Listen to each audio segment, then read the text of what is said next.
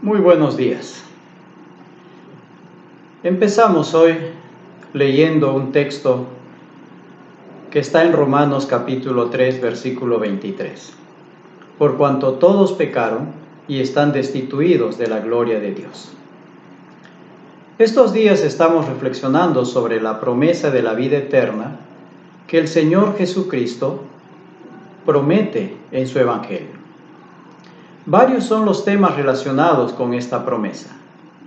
Hemos visto ya el arrepentimiento en una reflexión anterior.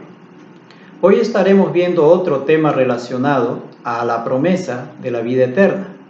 Este es el asunto del pecado.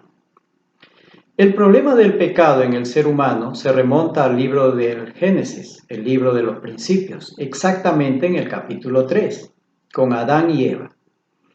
Este capítulo 3 nos muestra el principio del pecado en el ser humano, el cual fue un acto de desobediencia voluntaria al mandato de Dios.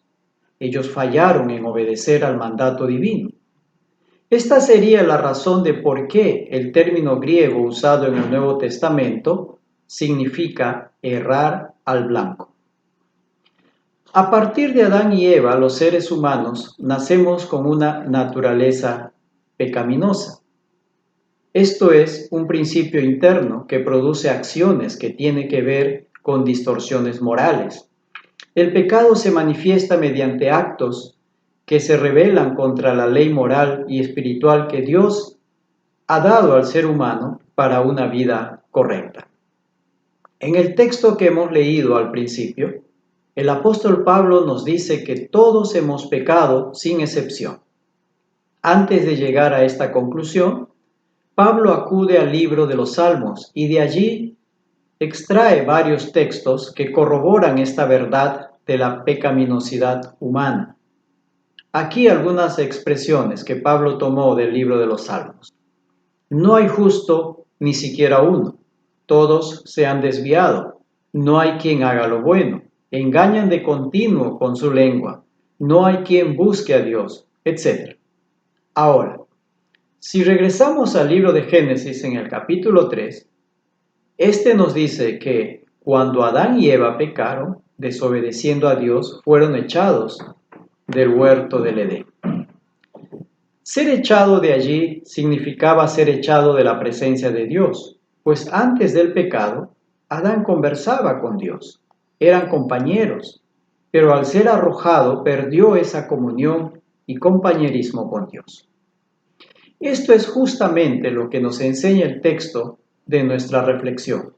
Nos dice que como consecuencia del pecado contra Dios, hemos sido destituidos de su presencia gloriosa. Esto es, que hemos perdido comunión con Dios, nos hemos enemistado con Dios y vivimos alejados de Dios. Debido a que hemos perdido esa amistad y comunión con Dios, es que necesitamos restaurarla. Y es aquí donde entra el arrepentimiento para volver a esa comunión y compañerismo con Dios.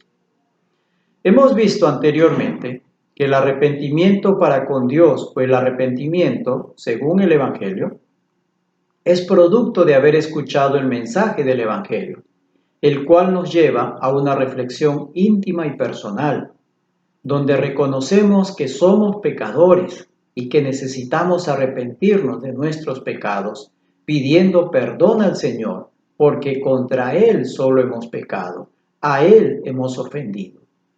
Cuando nos arrepentimos de nuestros pecados, nuestra comunión y amistad con Dios es restaurada. Ahora, no podemos terminar esta breve reflexión sin antes decir que la consecuencia del pecado es la muerte. Eso nos dice Romanos 6:23. Muerte tanto espiritual como física. Pero el amor y la misericordia de Dios para con el hombre son infinitos.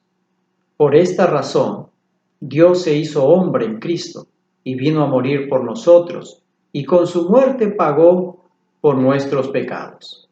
Romanos 8:5 dice, Dios muestra su amor para con nosotros, en que siendo aún pecadores, Cristo murió por nosotros. Piénsalo. Amén.